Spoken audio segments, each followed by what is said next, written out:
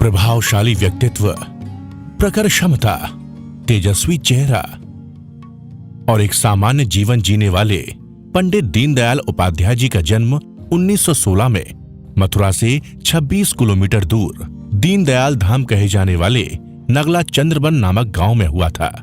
उनके पिता भगवती प्रसाद उपाध्याय एक ज्योतिषी थे और मां रामप्यारी उपाध्याय एक गृहिणी थीं। जब वे 8 साल के थे तब उनके माता पिता दोनों की मृत्यु हो गई, जिसके कारण उनकी प्रारंभिक शिक्षा उनके ननिहाल में संपन्न हुई। उन्होंने राजस्थान के पिलानी में अपना इंटरमीडिएट किया। बेहतर शिक्षा के स्रोत की खोज उन्हें 1937 में कानपुर के सनातन धर्म कॉलेज तक खींच लाई। इसी दौरान कानपुर में ही उनकी मुलाकात राष्ट्रीय स्वयंसेवक संघ के संस्थापक बी हेडगेवार से हुई। 1942 से आरएसएस में उन्होंने पूर्णकालिक काम शुरू किया। भारतीय राजनीति को वैचारिक दिशा देने वाले पुरोधा दीनदयाल उपाध्याय उस परंपरा के वाहक थे जिन्होंने भारत नवनिर्माण की बजाय भारत के पुनर्निर्माण की संकल्पना की।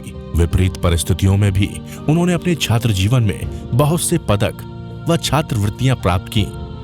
हालांकि वे प्रांतीय सिविल सेवा में उत्तीर्ण हो गए थे, लेकिन उन्होंने राष्ट्रीय स्वयंसेवक संघ के माध्यम से अपने राष्ट्र की सेवा को वरीयता दी।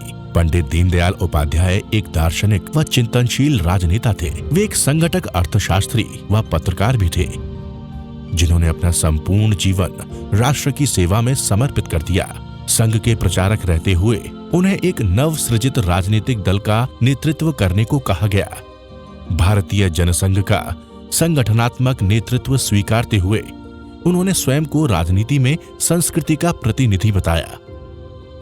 विडंबना रही कि उनका अल्प परंतु सार्थक जीवन एक षड्यंत्र का शिकार हो गया, लेकिन इस दुनिया से जाने से पहले वे देश को दे गए एक ऐसा राजनीतिक दर्शन जो पूरी तरह भारतीयता के अधिष्ठान पर टिका हो और जिस पर कोई विदेशी ग्रहण न लगा हो, जो देश के यथार्थ से सरोकार रखता हो।